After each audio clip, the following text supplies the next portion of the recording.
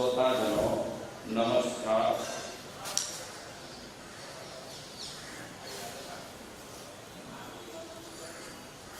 एक भाई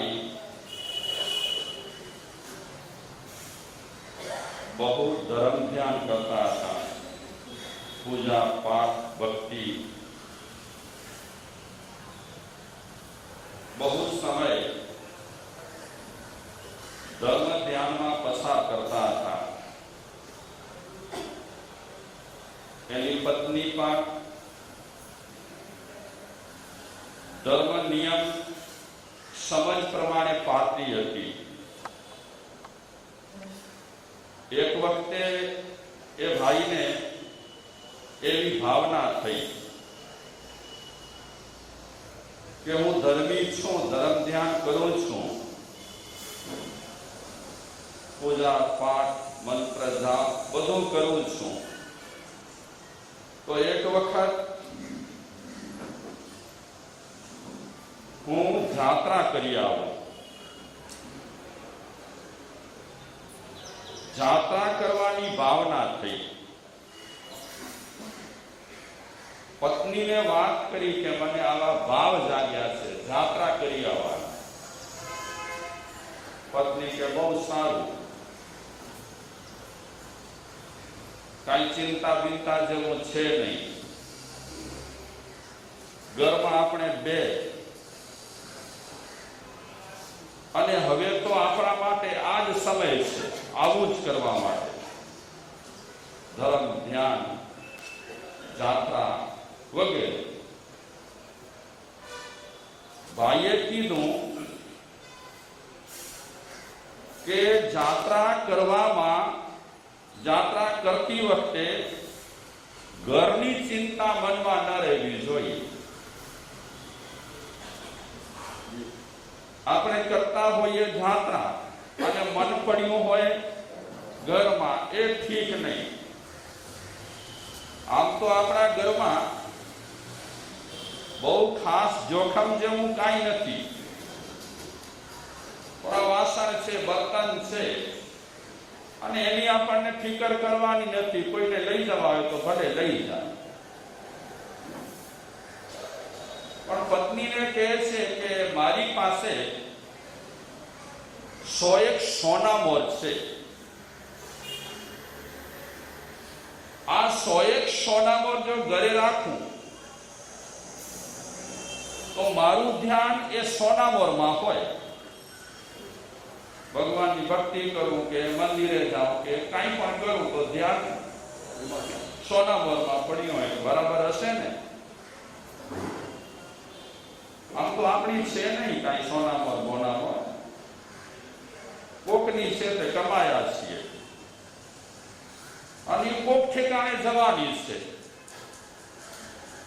એ વિચારે છે મહેનત કરી અને સોના મોર ભેગી કરી છે। એની ફિકર જાત્રામાં રહે તો જાત્રામાં મજા ના આવે। तो पत्नी पूछे थे 100 सोना मोर नु शू करीशुं? भाई कहे छे कि यात्रा में आपणे 100 सोना मोर लईए ने तो घड़िए घड़िए आपने आपणी संभाळ जेटली न राखवानी होय ने एटली एनी राखवी पड़े। बराबर ने? सोना मोर की संभाळ राखवी पड़े। घड़िए घड़िए जोड़ी पड़े के बराबर पड़े छे। पत्नी के बात साची। घरे न होय अने सोनामोर आपणे साथे राखीए तो पण आपणे सोनामोरनी चिंता। सोना सोने का हराम करता है, मगर सोने बिना चलता नहीं है। सोना आराम कर देता है। सोना आम हूँ एम ज पूछूं छुं तमने कि आपणी पासे काई न होय तो एम ज पूछूं छुं, काई न होय तो અને આપણે જે કાઈ રાખ્યું છે એ આપણું પોતાનું જ છે ને, જે કંઈ છે તે પોતાનું છે, આપણે સમજીએ છીએ. જ્યાં સુધી આપણી પાસે છે અને આપણો અધિકાર છે ત્યાં સુધી આપણું કહેવાય.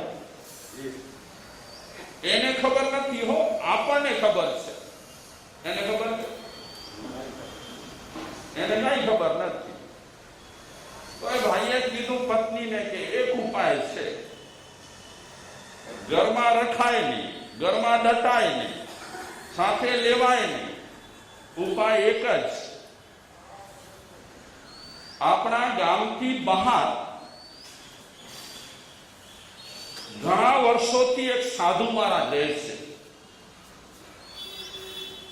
અપરિગ્રહી છે, કોઈ ઝંઝાળ નથી, કોઈ ઝંઝટ નથી, એકદમ પોતાની સાધનામાં અને સત્સંગમાં મસ્ત રહે છે. તો હું વિચારું છું અને તારી સલાહ લઉં છું કે આપણે આ 100 સોનાવર એ સાધુ મહારાજ પાસે રાખીએ તો તમે ન રાખજો બરાબર. નહીં તો તમે બરાબર ઊંઘ કરશો ને અમારી ઊંઘ હરામ કરી દેશો. પત્નીએ કીધું હા બરાબર, સાધુ મહારાજ બહુ સારા છે, સાદા છે, સીધા છે, કોઈ વસ્તુની એમને તમન્ના નથી, મોહ નથી. એમની પાસે 100 સોનામાં રહેશે તો આપણે નિશ્ચિત. તો એ 100 સોનામરની થેલી લઈ કરી સાધુ મહારાજ પાસે આવ્યા. મઢુલીમાં રહેતા હતા સાધુ મહારાજ. સાધુ મહારાજ પાસે શું હોય? બધું હોય, ઘણું હોય. આવ્યા સાધુ મહારાજ પાસે, 100 સોનામરની થેલી હાથમાં છે અને સાધુ મહારાજને કહે છે કે બાપજી, તમે મને ઓળખો છો? કે હા બરાબર. તમે કાનજીભાઈ? હા ભલે ભલે. બાપજી, આજે સત્સંગ કરવા માટે નથી આવ્યો. તો ભાઈ શેના માટે આવ્યા છો? બાપજી, જાત્રા કરવાની ભાવના થઈ છે અને સારા કામ જલ્દી કરવા જોઈએ એવું આપે જ અમને કીધું છે. હા બરાબર છે બાપા. તો જાત્રા કરવા નીકળીએ એનાથી પહેલા જોખમ છે અમારી પાસે. ઈ જોખમ તમે સંભાળી લો તો. સાધુ મહારાજ કહે છે આવું બધું સંભાળ્યું હોત ને તો આ પંથે ન હોત. તમે અમે નથી સંભાળ્યું એટલે તો આ પંથે પડ્યા છીએ. ભાઈ સાહેબ, ધર્મની વાત કર, આત્માની વાત કર, પરમાત્માની વાત કર.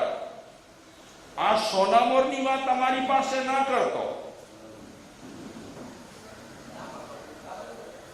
હવે મને એવું કે એકમાંથી નીકળ્યા અને બીજામાં પડીએ, ઉલામાંથી ચૂલામાં.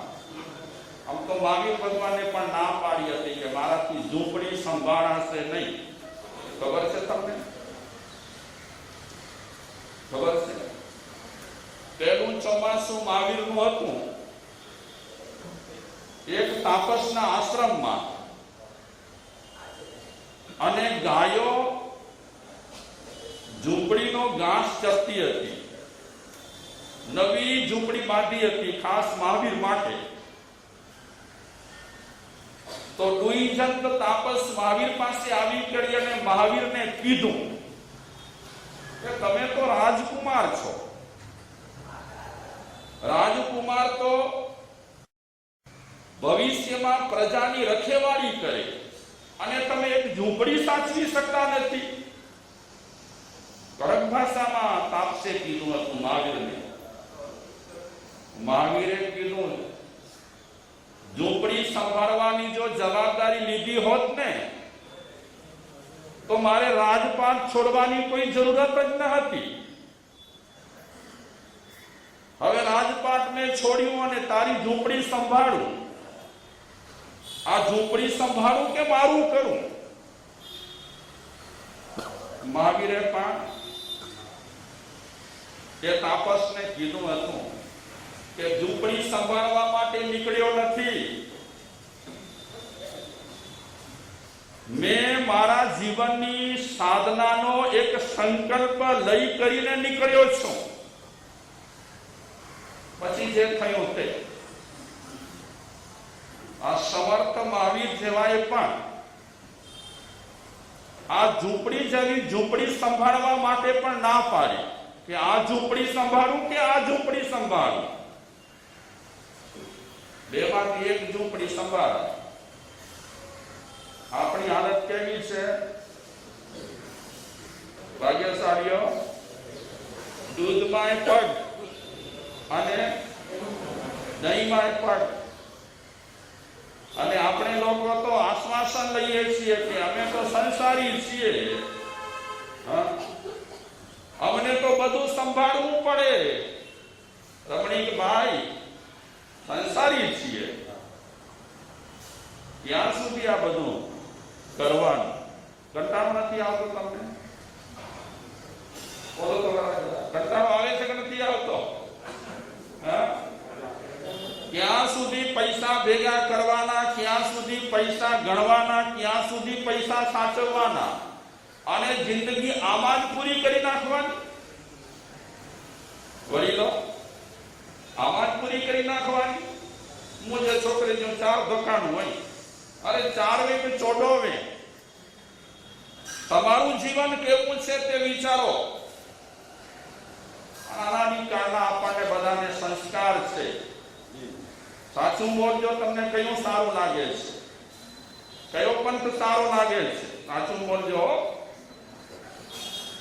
દિનેશભાઈ, કયો પંથ સારો લાગે છે? બોલવું હોય તો આ પંથ સારો લાગે છે, કરવું હોય તો કયો પંથ સારો લાગે છે? અમે જે છીએ પંથે, ઈ પંથ સારો છે. તમે સાચું બોલો. ગંભીરતાથી તમે વાત લો. કયા પંથમાં મજા છે? મને ખબર છે કે આ બધી વાતો તમે ગંભીરતાથી લેતા નથી, લેવાના નથી, લેશો નહીં. તમે નહીં, આપણે બધા, સોરી, આપણે બધા મહાપુરુષોએ કહેલી વાતો ગંભીરતાથી લેતા જ નથી. અને ક્યારેક ક્યારેક મને એવું લાગ્યું આ બધી બેકાર વાતો રહી. કઈ બધી? કઈ? આ બધી બેકાર વાતો રહેલી છે. આત્માને, પરમાત્માને ઉપવાસ કરવાને, ધર્મ ધ્યાન કરવું નથી લાગતું તમને? કાંઈ તો બોલો. સવારનો પહોર છે, નથી લાગતું તમને આ બધું? મજાક કરું છું. આપણને બધાને આ પંથની વાતો પણ ગમે છે અને આ પંથ પણ ગમે છે.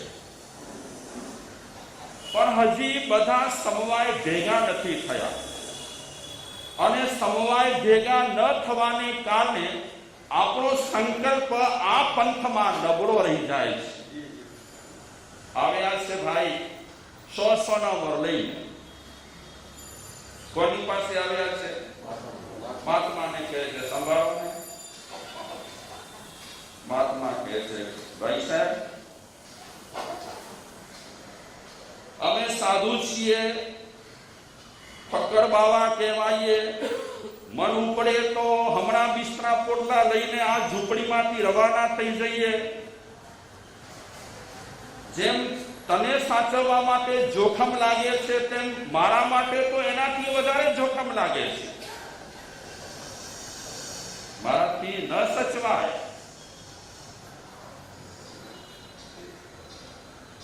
મંદિરોમાં કઈ જોખમ ન હોય ને તો કઈ વાંધો નહીં, પણ મંદિરોમાં હવે જોખમ વધી ગયો છે.